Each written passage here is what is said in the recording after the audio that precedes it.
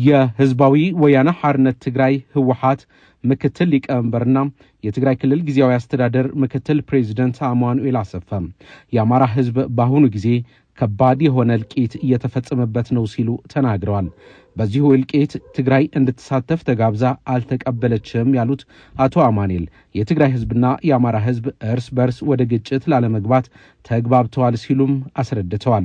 በወቅታዊ ጉዳይ ለፓርቲው ልሳን ወይን እንዲሁም ለድምጽ ወያኔ ቴሌቪዥን ባለስልጣኑ በሰጡት ቃለ መጠይቅ የትግራይ ህዝብ በመሰረታት ኢትዮጵያ ውስጥ እንደ ባዕድ እንዲቆጠር የፌዴራል መንግስት በከፍተኛ ደረጃ መስራቱ ነው ያስረዱት። በመቀለና ሌሎች የትግራይ ክልል ከተሞች የፌዴሬሽን ምክር ቤትና ምርጫ ቦርድ ውሳኔ ለመቃወም ነገ የካቲት 20 ቀን 2018 ዓ.ም ሰልፍ በህወሓት ተጠርቷል። ክቡራት የላንዳ ሪፖርት ተከታታዮች ለዛሬ አቶ አማኑኤል አሰፋ የሰጡት ቃለ መጠይቅ በተመለከተ ዘገባ ይዘናል።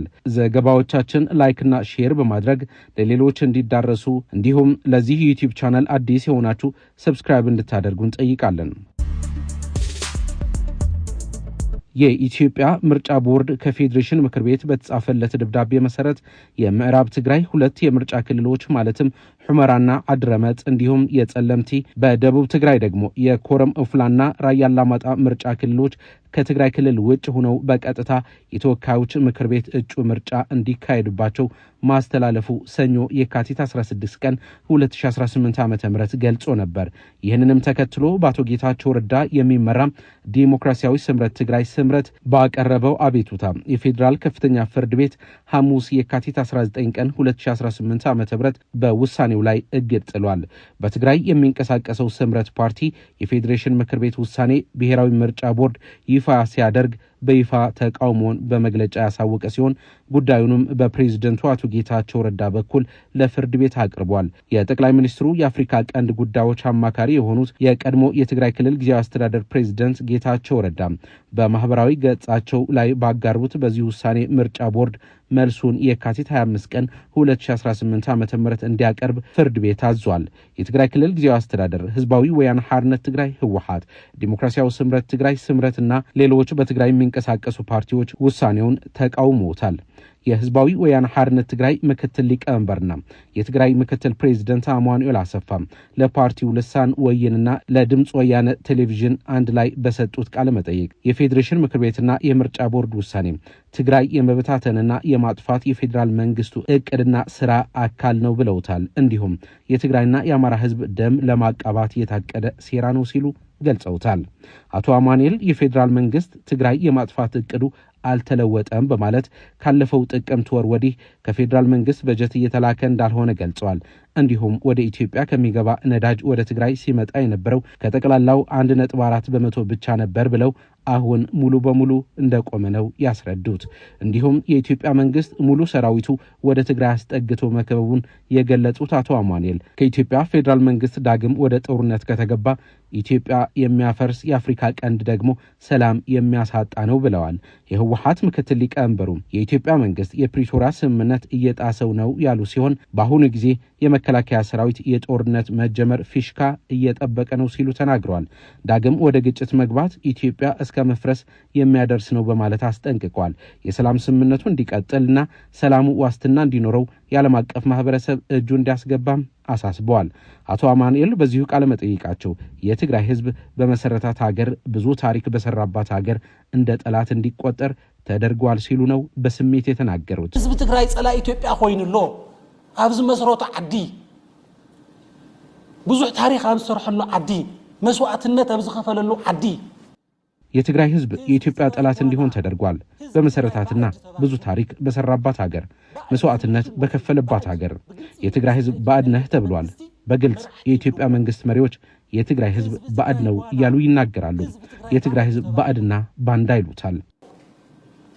ባዕድ ይብልዎ ባንዳ ይብልዎ ህዝብ ትግራይ የትግራይ መልሶ ማቋቋም ተቋማት ማለትም የኢፈርት ተቋማት በፈለገው ሰዓት የባንክ ሂሳባቸው አንድ ሰው የሚዘጋው ሲፈልግ ደግሞ የሚከፍተው ሆኗል ሲሉም አቶ አማኑኤል ገልጸዋል። ስርዓት ግዛም ጻዝባ ሓደ ሰብ ተላይሉስ ድልዮት ይገብር በቃ ከምታ ሙዱ ማለት ነው። ስርዓት የሚባል ነገር የለም። አንድ ሰው ከእንቅልፉ ተነስቶ የፈለገው ያደርጋል።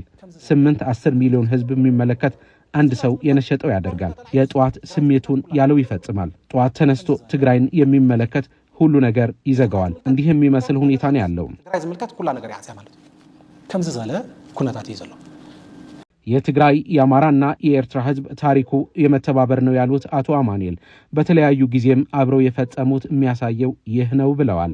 አፍቱናና አድመስ ደርግ ዝመስል አፍሪካ መንዳኑ ዝበለ ሰው በላ ዝኾነ ስርዓት ገደለት የሞ በእኛ ዕድሜ ያየነው ነው።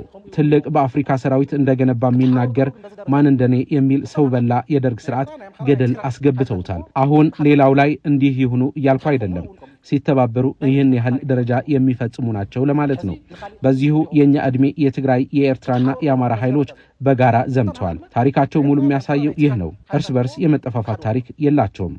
ታሪኮ ሙሉ ኡንቆም እዩ ናይ መጠፋፋት ታሪክ የኮነ ዘሎ በትግራይ ጄኖሳይድ ተፈጽሟል ያሉት የጊዜው አስተዳደሩ ምክትል ፕሬዚደንት አሁን ደግሞ ወደ ሌሎች ክልሎች ሂደቱ ቀጥሏል ነው ያሉት። የአማራና የትግራይ ህዝብ ይህ በየዙሩ ህዝቡ እንዲጠፋ የማድረግ የፌዴራል መንግስት እቅድ ገብቷቸዋል ሲሉ ነው የተናገሩትም። አሞንጎ ህዝብ ትግራይን ህዝብ ምሐራን እተራአይ ሓደና ምኳን መጽኢሉ በቃዚ በብታራ ዘጥፈና እዩ።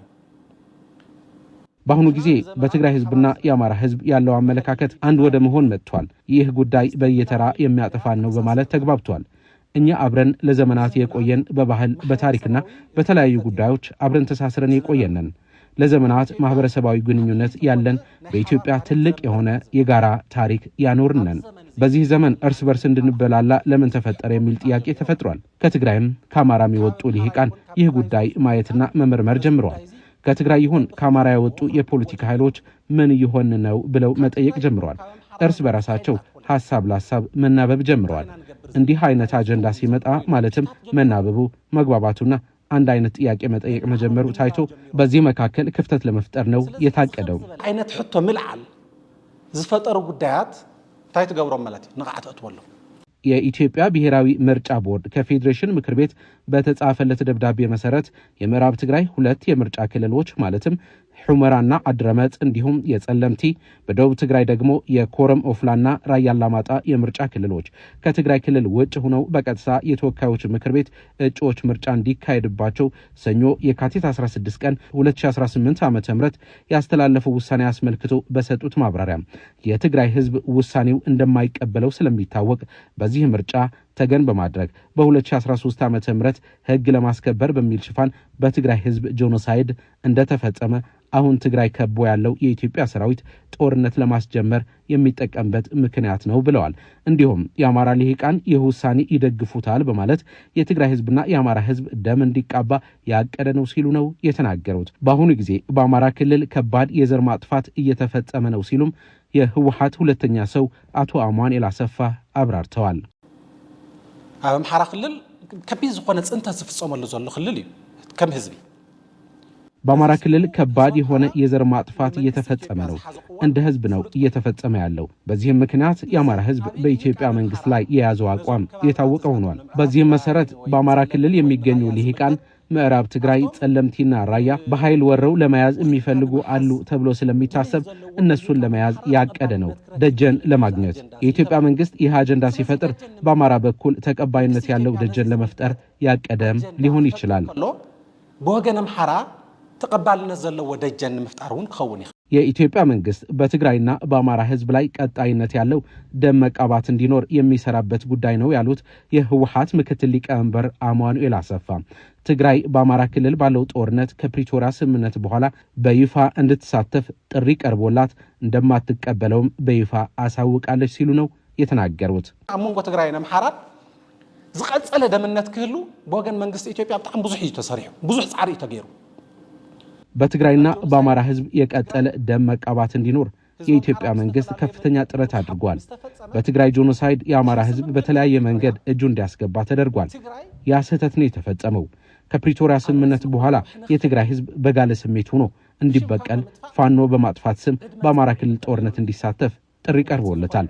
በኢትዮጵያ መንግስት ግልጽ በሆነ መንገድ ነው ጥሪ የቀረበለት። ተጋብዘናልም። አንድ ጊዜ የተፈጸመ ጥፋትና ወንጀል በህግ ነው ተጠያቂነት መስፈን ያለበት። እንዲሁም በርቅና ሌሎች መንገዶች ነው የሚያልቀው። በእነዚህ ህዝቦች የነበረ ታሪካዊ ትስስር ግን ይቀጥላል። ትላንት እነሱ ጥፋት ፈጽመዋል። አሁን እኛ ጊዜ አግኝተን ወደ ሌላ ጥፋት ከገባን ወደማያልቅ አዙሪት ነው የምንገባው። በዚህ ከተሳተፍን የትግራይ ህዝብ ሰላምና ጸጥታ ኑሮ የተረጋጋ ሁኔታ ሊፈጥር አይችልም። ስለዚህ ወደ እንደዚህ ያለ ጉዳይ አንታደምም። የፕሪቶሪያ ስምምነትም በኢትዮጵያ ውስጥ የተፈጠረ ነገር የመፍታት አቅም አለው። ስለዚህ ችግራችን በዛ መንገድ ነው የምንፈታው የሚል ግልጽ የሆነ ምላሽ ስለሰጠን በዛ መንገድ የኢትዮጵያ መንግስት ወደሚፈልገው አልገባንም። በት መንገድ ድንሱ ናፍቲ ዝተደለየ ጉዳይ አያተናል። አቶ አማኑኤል በሰጡት ቃለ መጠይቅ የአማራ ህዝብና የትግራይ ህዝብ ምርጫቸው ሰላም እንደሆነ ነው ያስረዱት።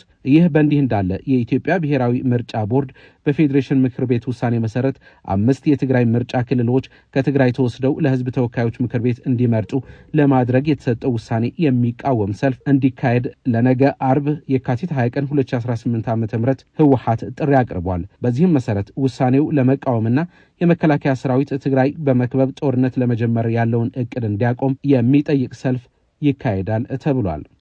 ተቃውሞኡ ሓድነቱ አስጢሙ ኣብ ሓደ ዓሲሉ ያው ተቃውሞኡ ምስማዕ ልዑል ድሌት አርእየሎ የትግራይ ህዝብ አንድነቱን ይዞ ተቃውሞው ለማሰማት ከፍተኛ ፍላጎት አሳይቷል። በዚህ መሰረት የካቲት 20 ቀን 2018 ዓ.ም በመላ ትግራይ ሰላማዊ ሰልፍ ይካሄዳል። የሰልፉ ዓላማ ልዩነታችን በውይይት በሰላማዊ መንገድ ለመፍታት የሚል መልእክት ለማስተላለፍ ነው። ዋናው ደግሞ የኢትዮጵያ መንግስት የጀመረው ዳግም ጄኖሳይድ የሚያመጣ ደም አፋሳሽ ጦርነት እንዲያቆም ጥሪ ለማቅረብ ካልሆነ ለህልውናችን አንድነታችንና ግዛታዊ አንድነታችን በሚያስተማምን መንገድ እንደምንመክት የትግራይ ወዳጅ የኢትዮጵያ ህዝብና ዓለም አቀፍ ማህበረሰብ እንዲያውቀው ለማድረግ ያቀደ ሰልፍ ነው። ህዝብ ትግራይ መልእክት ዘሕልፈሉ ሰላማዊ ሰልፊ ክኸውን እዩ።